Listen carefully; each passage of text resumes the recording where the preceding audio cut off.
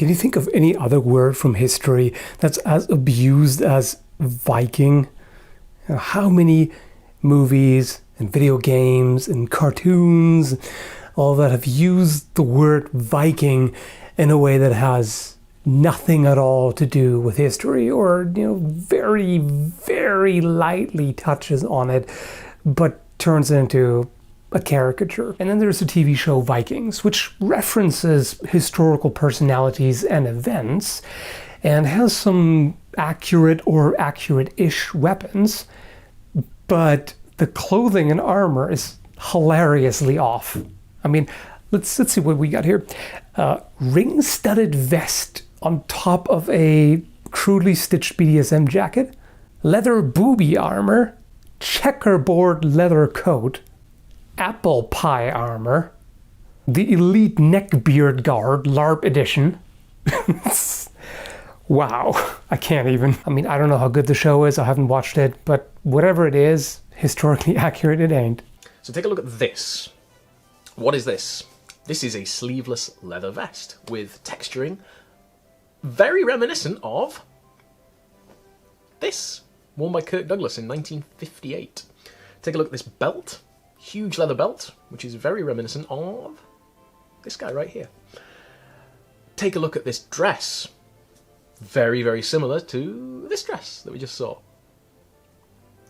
So, these are from the 2010s, which means that since 1958, these tropes of the leather vest, sleeveless, with bits of metal over it, or weird texture put in, has become an established part of Viking costuming. This is now what Viking costumes look like.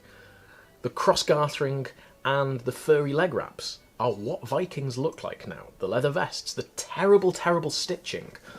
This is all part of this Viking tradition now. Viking costuming for film and TV doesn't draw from the archaeology and from the history as much as it should. It draws from a theatrical heritage. And that's because a lot of theatrical and film costumers learn from other theatrical and film costumers how to make costumes. They learn about how to get the mood across for certain characters. They learn how to get atmosphere across on screen, rather than learning how the fashion of the period worked and developed. And that is changing. I know for a fact that's changing because I know that there are universities out there teaching their film and theatre costume makers how to make historical clothing based off historical evidence, which is fantastic. But when you have things like this in Vikings, and the costume designer claims that they have made a real effort to make it authentic, when it's obvious that it's just, and I don't want to say stolen, but stolen from a 1950s Viking film, that's pretty egregious. It's pretty obvious that this isn't an incredibly original way of costuming Vikings. This is derivative of 60 years of film costuming tradition. The other thing that really bothered me still, and the same thing, is when they land on England, they can't communicate with the Anglo-Saxons. So let me be really clear. And, actually when you listen, because when they go back and forth between different languages, when they go back and forth and you hear them speak Old Norse and then you hear them speak Old English, it's almost the same language.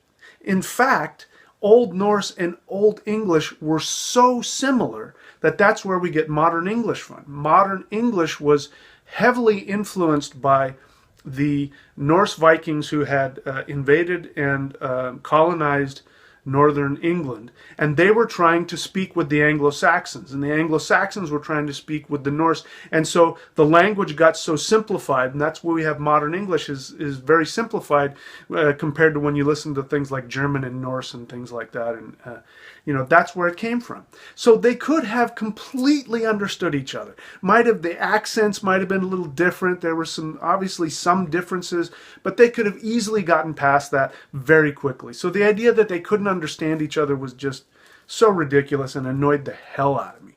Here's something that has to do with, they're trying to, they're trying to make a show, and it's a television show, but what is with the blind seer?